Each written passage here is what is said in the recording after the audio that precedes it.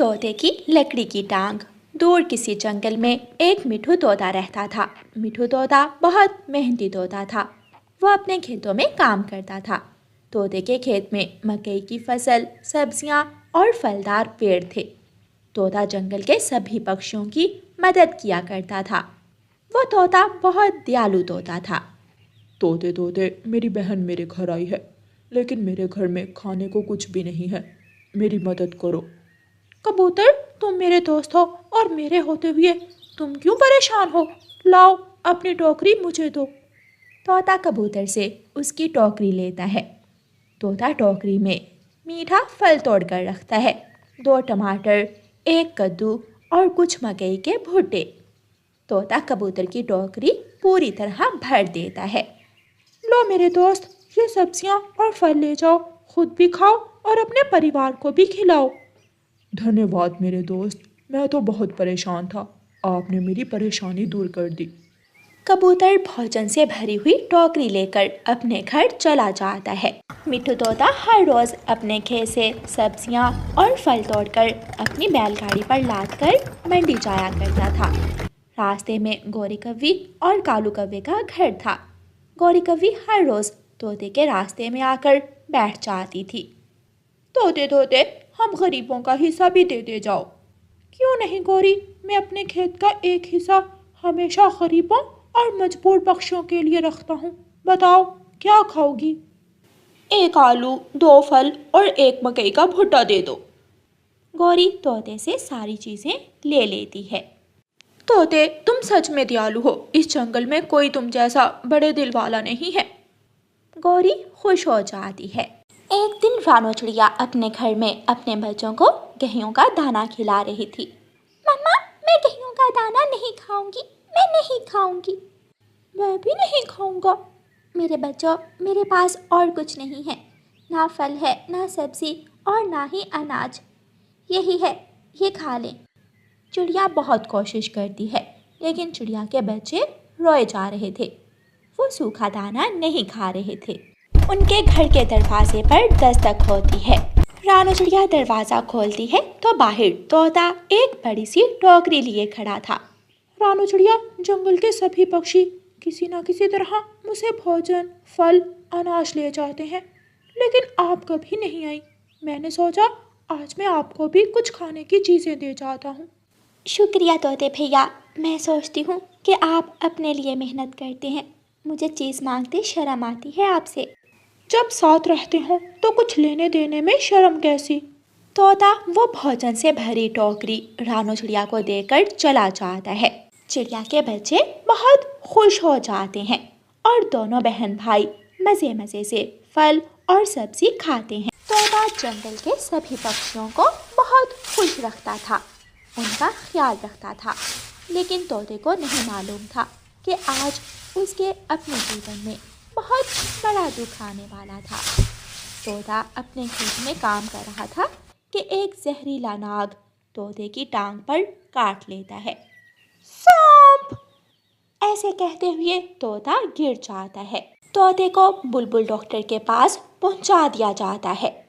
बुलबुल तोते को दवा देती है और तोते का इलाज शुरू करती है। चिड़िया और कव्वे, मुझे बहुत दुख है, लेकिन तोते की जिस टांग पर नाग ने काटा है, मुझे वो टांग काटना पड़ेगी। ये सुनकर चिड़िया और कौवा भी परेशान हो जाते हैं। बुलबुल डॉक्टर, कोई और उपाय नहीं है? अगर टांग कट गई तो उड़ना भी मुश्किल हो जाता है।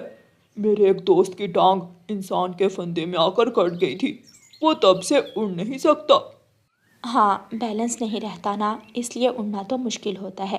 पंखों के साथ साथ टांग का होना भी ज़रूरी है उड़ने के लिए, लेकिन क्या करूं, मजबूरी है। ऑपरेशन होता है और बुलबुल तोते की एक टांग काट देती है। तोते को उसके घर शिफ्ट कर दिया जाता है।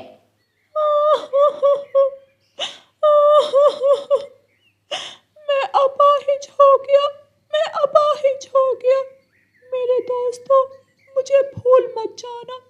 ऐसा ना हो कि मैं अकेला घर में लेटा रहूं और कोई मेरी बात ही ना पूछे। तोते भैया, आप चिंता ना करें, मैं एक दिन छोड़कर आपको देखने ज़रूर आऊँगी। कभी कभी मैं भी चक्कर लगा लिया करूँगा।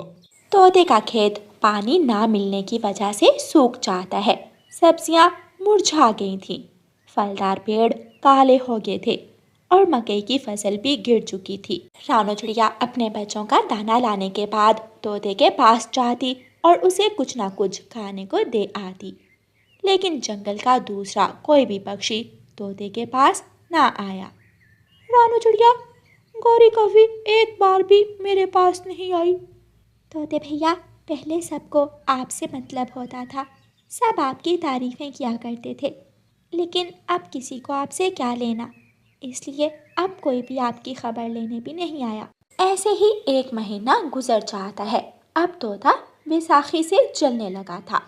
तोता बहुत मुश्किल से चलता हुआ कबूतर के घर आता है। तोता पेड़ के नीचे खड़ा होकर कबूतर को आवाज़ देता है। कबूतर, कबूतर, क्या घर में ही हो?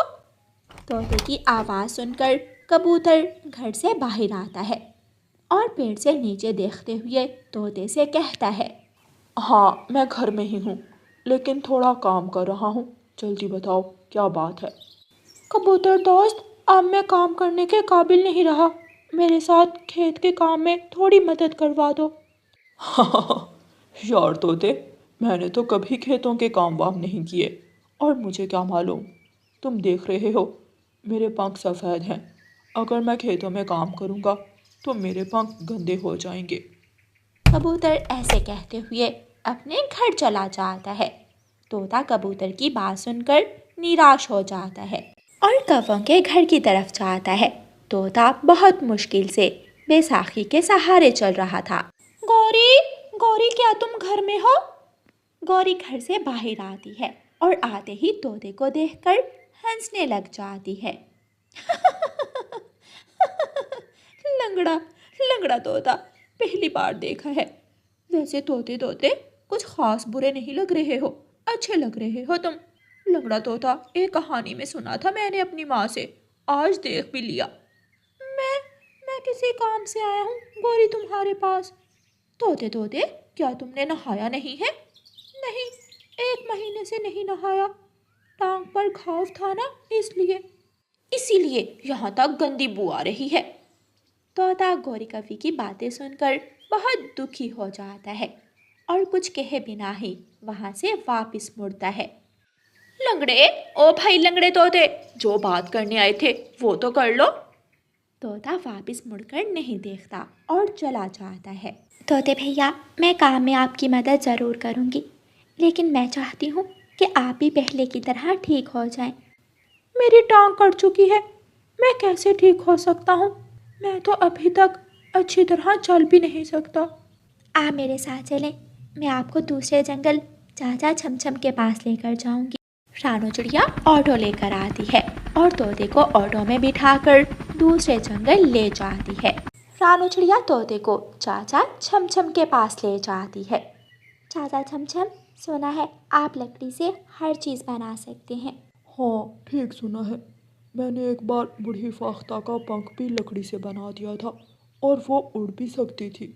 मेरे दोस्त तोते की टांग कट गई है, क्या इसकी टांग लकड़ी की बन सकती है?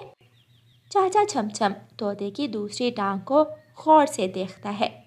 चाचा छमछम अपनी ऐनक सीधी करता है और बोलता है, मैं कर सकता हूँ, ये मेरे लिए कोई मुश्किल काम नहीं है।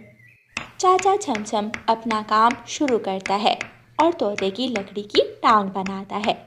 टांग बनाकर उसे दूसरी टांग से मिलाकर देखता है और फिर तोते की कटी हुई टांग की जगह वो टांग लगा देता है। लो भी तोते, अब चल कर देखो। तोता चलने लगता है। तोते भैया, ये बैसाखी तो रख दे। मैं चल सकता हूँ, मैं अच्छी तरह चल सकता हूँ। मैं ठीक हो गया, मैं बिना बैसाखी के चल सकता हूँ। ऐसे कहते हुए तोता ऊंचे आसमान में उड़ जाता है। मैं उड़ सकता हूँ, मैं उड़ सकता हूँ। तोता और रानो चिड़िया अपने जंगल वापिस आ जाते हैं। शुक्रिया चिड़िया, मेरा साथ देने के लिए और मुझे फिर से काम करने लायक बनाने के लिए। अब मुझे किसी की भी मदद की कोई ज़रूरत नहीं है, लेकिन मैं पहले की तरह सबकी मदद करता रहूँगा। मुझे बहुत खुशी हुई तोते भैया आपको उड़ता हुआ देखकर। तोता दोबारा अपने खेतों में काम शुरू कर देता है। कुछ दिनों की मेहनत के बाद तोते का खेत दोबारा से लहराने लगता है और हरा भरा हो जाता है। प्यारे दोस्तों, इस कहानी से हमें सीख मिलती है कि अच्छा दोस्त वही होता है जो मुश्किल समय में साथ दे। और प्यारे दोस्तों, इस कहानी को लाइक, अपने दोस्तों के साथ शेयर और चैनल को सब्सक्राइब करना बिल्कुल मत भूलना। आपका धन्यवाद। मैं तो थक गई हूँ गुड़िया बेटी, आज तो मुझे कहीं से भी भोजन नहीं मिला। मम्मा देखना, आज मैं आपके लिए भोजन लेकर आऊंगी। मेरे पूरे जंगल में बहुत से दोस्त हैं, मुझे पता है भोजन कहाँ से मिलेगा। देखते हैं फिर गुड़िया आज मेरे लिए क्या लेकर आती है। गुड़िया अपने घर से निकलती है। गुड़िया उड़ती उड़ती दूर निकल जाती है, लेकिन उसे कहीं से भी भोजन नहीं मिलता। फिर गुड़िया को अपनी सहेली मीना का ख्याल आता है और गुड़िया अपनी सहेली मीना के घर जाती है। मीना अपने घर के बाहर बैठी हुई थी। गुड़िया, आज तो तुमने अचानक आकर मुझे सरप्राइज ही दिया है। मीना सहेली, मैं घर से भोजन लेने निकली थी, लेकिन कहीं से भी भोजन नहीं मिला। उड़ती उड़ती तुम्हारे पास आ गई। गुड़िया और मीना जब मिलकर जाएंगी तो भोजन मिल ही जाएगा। चलो हम दोनों एक साथ जाती हैं। फिर मीना और गुड़िया दोनों उड़ती हैं। जंगल में पुराने कुएं के पास गुड़िया और मीना को एक केले का पेड़ मिलता है। वो दोनों वहाँ जाती हैं। देखा, मैना कहती थी कि हमें कुछ ना कुछ खाने को जरूर मिल जाएगा। अब हम यहाँ से कुछ केले लेकर जल्दी से अपने घर चली जाती हैं। गुड़िया और मीना वहाँ से एक गुच्छा केलों का तोड़ लेती हैं और उड़ती हैं। रास्ते में उन्हें गौरी कौवी मिल जाती है। छोटी चिड़िया, रुको रुको, मेरी बात सुनो। मीना और गुड़िया रुकती हैं। जी आंटी, क्या बात है, आपने हमें आवाज़ दी?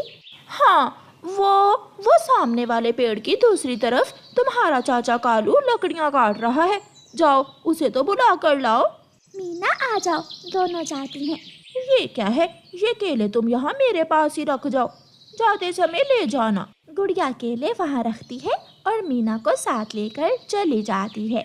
गुड़िया, यहाँ तो कोई नहीं है। वहाँ देखते हैं झाड़ियों की उस तरफ। गुड़िया और मीना इधर उधर देखती हैं, लेकिन वहाँ कोई भी ना था। गुड़िया का चाचा कालू कौवा उसे कभी नहीं मिलेगा। गौरी कौवी मुस्कुराते हुए केले उठाती है और वहाँ से भाग जाती है। जब गुड़िया और मीना वापस आती हैं, तो गौरी कौवी को वहाँ ना देखकर आवाज देती हैं। आंटी, आंटी गौरी आंटी, आप कहाँ हैं? आंटी, कहाँ हैं आप? वो तो चली गई, हमें उल्लू बनाकर हमारे केले लेकर भाग गई आंटी गौरी। मुझे भी मीना कहते हैं। अगर गौरी आंटी ने ऐसा किया है तो मैं भी बदला जरूर लूंगी गौरी आंटी से। गौरी कौवी घने जंगल में जाकर जी भरकर केले खाती है और छिलके वहाँ फेंककर आहिस्ता आहिस्ता उड़ती हुई जाती है। रानो चिड़िया की ऐसी कहानियाँ सुनने के लिए YouTube सर्च बार में रानो चिड़िया की कहानी लिखें या फिर ये बटन दबाकर बोलकर कहें रानो चिड़िया की कहानी। एक पेड़ की खोखर से गौरी कौवी को आवाज आती है। गौरी कौवी, यहाँ आओ, जल्दी आओ, मेरी बात सुनो। ये पेड़ मुझे बुला रहा है। गौरी कौवी पेड़ के पास जाती है। गौरी कौवी, मैं एक चमत्कारी पेड़ हूँ। मैं दे सकता हूँ तुम्हें सोने का हार, सोने के झुमके और हीरे की अंगूठी। ये सुनकर गौरी कौवी की आंखें तो खुली की खुली रह जाती हैं। पेड़ जी, तुम तो बहुत अच्छे पेड़ हो जो मुझे इतनी सारी चीजें दोगे। लेकिन ये सारी चीजें लेने के लिए तुम्हें मेरे लिए मीठी खिचड़ी बनाकर लानी होगी, फिर ही मैं तुम्हें ये सारी सोने की चीजें दूंगा।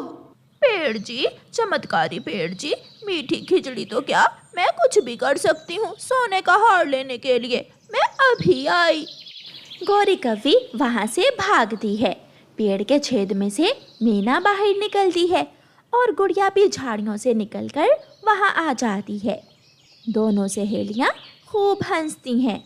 अब देखना, गौरी आंटी से केलों के बदले हम मीठी खिचड़ी बनवा कर खाएंगे। वो तो बहुत खुश थी, जैसे उन्हें सच में कोई चमत्कारी पेड़ मिल गया हो। गौरी कव्वी घर जाती है तो घर में शक्कर नहीं थी। मीठी खिचड़ी बनाने के लिए शक्कर तो नहीं है, मैं अपनी बहन से मांग कर ले आती हूँ। गौरी कव्वी अपने घर से निकलती है और सीधी अपनी बहन के घर जाती है। नीलो मेरी बहन, मुझे थोड़ी शक्कर दे दो, मुझे मीठी खिचड़ी बनानी है। मीठी खिचड़ी मैं भी खाऊंगी। नहीं नहीं, मैं तो मीठी खिचड़ी उस जादुई पेड़ के लिए बना रही हूँ जो मुझे सोने का हार और सोने के झुमके देगा। सच? क्या सच में वो पेड़ आपको ये सब देगा? तो फिर आप मुझे भी उस पेड़ से एक सोने का हार ले देना। नीलो, पहले मुझे मीठी खिचड़ी तो बना लेने दो, मुझे शक्कर दो और मैं जाऊं। गौरी की बहन उसे शक्कर दे देती है और गौरी कव्वी शक्कर लेकर चली जाती है। गौरी कव्वी ने आग जलाई हुई थी और घर में बैठी मीठी खिचड़ी बना रही थी। गुड़िया देखो, गौरी आंटी के घर से धुआं निकल रहा है। इसका मतलब गौरी आंटी जरूर मीठी खिचड़ी बना रही होंगी। मम्मा मीठी खिचड़ी खाकर खुश हो जाएंगी। थोड़ी ही देर में गौरी कव्वी मीठी खिचड़ी बना लेती है और उसे पानी में रखकर ठंडा करती है। खिचड़ी तो बन गई। अब मैं जल्दी जल्दी से उस जादुई पेड़ को जाकर खिचड़ी देती हूँ और सोना लेती हूँ। गौरी कव्वी अपने घर से निकली ही थी कि कालू कौवा आ जाता है। रुको रुको गौरी, इस हंडिया में क्या है? बताओ बताओ, खुशबू तो बहुत जबरदस्त आ रही है। कालू जी, इसमें मीठी खिचड़ी है, लेकिन ये तुम्हारे लिए नहीं है। ये मीठी खिचड़ी मेरे दोस्त चमत्कारी पेड़ के लिए है। क्या क्या मतलब तुम्हारा? सब समझ जाओगे जब मैं शाम को गले में सोने का हार और कानों में बड़े बड़े सोने के झुमके पहन कर आऊंगी। गौरी कव्वी खिचड़ी उठाती है और वहाँ से चली जाती है। मीना मीना, वो आ गई। गौरी आंटी आ गई है। जल्दी से पेड़ की खोखर में जाकर छुप जाओ। मीना भागती है और पेड़ में जाकर छुप जाती है और गुड़िया झाड़ियों में। मैं आ गई मेरे प्यारे पेड़ जी, मैं आ गई। ठीक है, ज्यादा शोर मत करो। ये खिचड़ी यहाँ रखो और घर से एक प्लेट लेकर आओ। चमत्कारी पेड़ जी, प्लेट क्या करनी है? आप ये खिचड़ी सारी ही रख लें। जो कहा है वो करो, ज्यादा मत बोलो। गौरी खिचड़ी वहाँ रखती है और घर प्लेट लेने जाती है। मीना और गुड़िया खिचड़ी की हंडिया उठाती हैं और वहाँ से भाग जाती हैं। मम्मा, और फिर हमने गौरी आंटी को खूब पागल बनाया। गौरी आंटी भी क्या ही याद करेगी, अब वो दोबारा किसी के साथ ऐसा नहीं करेगी। तुम दोनों सहेलियों ने गौरी को पागल बना दिया। वो इतनी पागल है नहीं, ना जाने कैसे तुम्हारी बातों में आ गई। फिर गुड़िया की मम्मा गुड़िया और मीना मजे मजे से बैठकर खिचड़ी खाने लगती हैं। चमत्कारी पेड़ जी, मैं प्लेट ले आई हूँ, मगर पेड़ से कोई आवाज नहीं आती। पेड़ जी, चमत्कारी पेड़ जी, खिचड़ी कहाँ है? क्या खिचड़ी खा ली है? खिचड़ी खाने से पहले तो तुम बहुत बातें कर रहे थे, अब क्या हुआ है? चाचा पेड़ जी, चमत्कारी पेड़ जी, प्लीज बात करो। लेकिन मीना और गुड़िया तो वहाँ से जा चुकी थी। अब कौन बात करता गौरी आंटी से? गौरी आंटी वहाँ बैठकर रोने लगती है। मीना ने गौरी आंटी को खूब पागल बनाया।